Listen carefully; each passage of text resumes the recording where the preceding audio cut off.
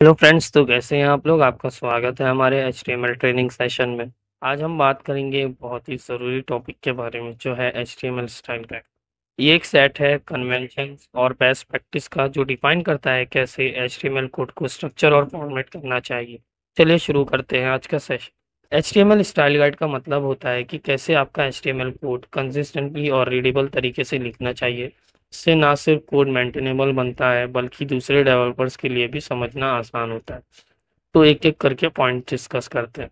तो सबसे पहला पॉइंट है यूज प्रॉपर डॉक्यूमेंट स्ट्रक्चर। हमेशा डॉक टैब HTML से स्टार्ट करें ताकि HTML वर्जन स्पेसिफाई हो जाए। HTML टैग जैसे HTML हेड टैग और बॉडी टैग को लोअर केस में यूज करें और प्रॉपर नेस्टिंग मेंटेन करें। एग्जाम्पल देखते हैं, जैसे कि यहाँ पर आप लोगों को ये चीज़ इस तरीके से करना चाहिए। डॉक्यूमेंट डॉक टैब HTML, फिर यहाँ पर HTML लैंग्वेज इक्वल्स टू, जो आप लोगों को इंग्लिश दिख रहा है, यहाँ पर मेटा चार सेट है, मेटा नेम व्यू पोर्ट है, टाइटल है।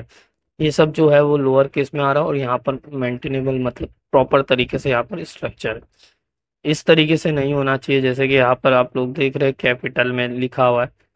तो इस तरीके से थोड़ा SEO वगैरह में प्रॉब्लम आती है। और यहाँ पर देखिए प्रॉपर तरीके से यहाँ पर ऊपर वर्जन वगैरह भी डिक्लेयर नहीं किया, तो इस तरीके से अप्लाई हम लोगों को HTML नहीं करना चाहिए। सेकेंड है इंडेंटेशन एंड वाइट स्पेस। तो कंसिस्टेंट इंडेंटेशंस बहुत ज़रूरी होती है रीडेबिलिटी के लिए। 2 या 4 स्पेसेस यूज़ करें हर इंडेंशन लेवल के लिए, और टैब अवॉइड करें। चलो इसका भी हम लोग एग्जांपल के तरीके से देख लेते हैं। जैसे आप लोगों को यहाँ पर दिख रहा है, एक डिव है, यहाँ पर क्लास कंटेनर दिया है, इसके अंदर H1 और P टैग।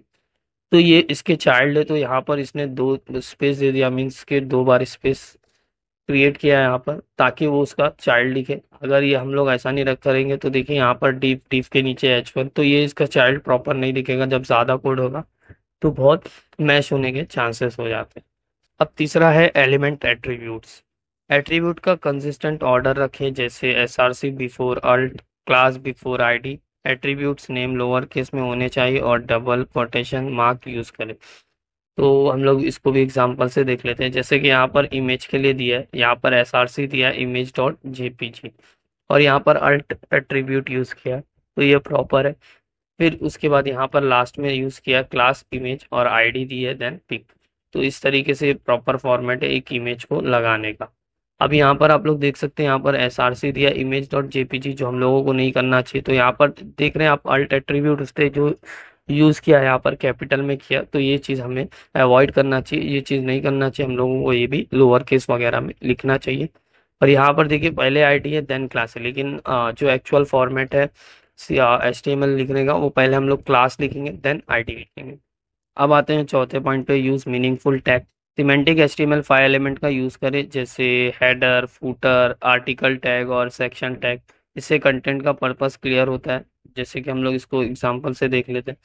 जैसे आप लोग देख सकते हैं यहाँ पर हेडर दिया है, जैसे ये सिमेंटिक एलिमेंट यूज किया है यहाँ पर। तो ये हेडर दिया है, हेडर के अंदर अब हम लोग को पता चलेगा कि हाँ ये हेडर के लिए, ठीक है। नेविगेशन वगैरह रहेगा तो उसको हम लोग को पता चलेगा, हाँ भाई ये नेविगेशन नेव के लिए।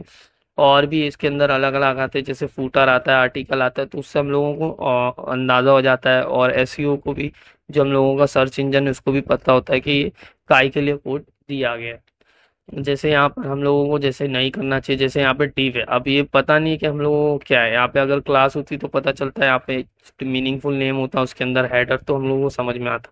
लेकिन हम लोगों ने यहाँ पर डायरेक्टली हेडर यूज किया है। जो सेमेंटिक एलिमेंट्स वगैरह है वो हम लोग डायरेक्टली यूज करेंगे, इस तरीके से हम लोग यूज नहीं करेंगे। देन पांचवा पॉइंट है कमेंट्स। कमेंट्स का यूज करें कॉम्प्लेक्स या इंपॉर्टेंट कोड सेक्शन को एक्सप्लेन करने के लिए। ये कोड बेस को समझने और मेंटेन करने में मदद करता है। इसको भी हम लोग एग्जांपल से देखेंगे। जैसे कि यहाँ पर आप लोगों को दिख रहा है, this is a comment explaining the purpose of the following code. अब ये क्या हम लोगों ने जो ऊपर कमेंट किए, अब अगर कोई भी आएगा, बंदा आएगा, वो कमेंट देखेगा तो वो समझेगा हाँ भाई यहाँ पे ये चीज़ के लिए कोड है, ये चीज़ के लिए कोड है। तो कमेंटिंग हम लोग इसलिए करते हैं। तो हम लोग अपने कोड में कमेंटिंग वगैरह भी डाले सेक्शन वाइज के, हाँ ये चीज़ के लिए कोड है, ये चीज़ के लिए कोड है। नहीं तो कैसा होता है कि वो डायरेक्टली जब बहुत ज़्यादा कोड हो जाएगा तो हम लोगों को ढूंढने में तकलीफ हो जाएगी कि कौन सी चीज़ हम लोगों ने कहाँ लिखे। सिक्स है self closing tag. Void elements के लिए सेल्फ क्लोजिंग टैग्स का यूज़ करें, जैसे इमेज टैग, इनपुट और फिर BR। क्लोजिंग स्लैश से पहले स्पेस इंक्लूड करें और फॉर कंसिस्टेंसी। जैसे कि हम लोग यहाँ पर देख सकते हैं कि हम लोग डायरेक्टली इमेज टैग लिख दिए। ये अभी कैसे है, ये सिंगल टैग है, ठीक है, इसका क्लोजिंग टैग नहीं होता। बट लेकिन हम लोग क्या करना है, इसके यहाँ पर हम लोग स्लैश लगा देंगे स्पेस डाल के। तो ये यहाँ पर पूरा समझ में आएगा कि यहाँ से स्टार्ट हो रहा है और यहाँ पर क्लोज हो रहा है। जैसे कि इमेज के लिए यहाँ पर दिया है और इनपुट के लिए भी देखिए यहाँ पर दिया है। और यहाँ पर देखिए हम लोगों को जो अवॉइड करना चाहिए वो इस तरीके से अवॉइड करना चाहिए। अब यहाँ पर ये नहीं पता चलेगा कि इसका क्लोजिंग टैग कहाँ है, हम लोगों को नहीं समझ में आएगा ये क्लोज कहाँ हो रहा है।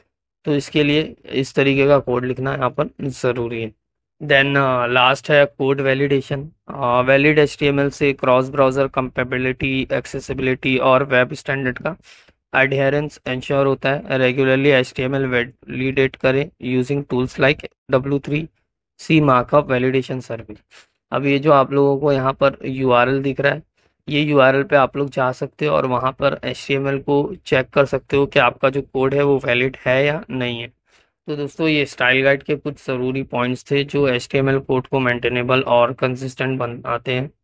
अगर आपको कुछ और जानना है तो आप कमेंट में पूछ सकते हैं। Keep smiling and happy coding. Thank you.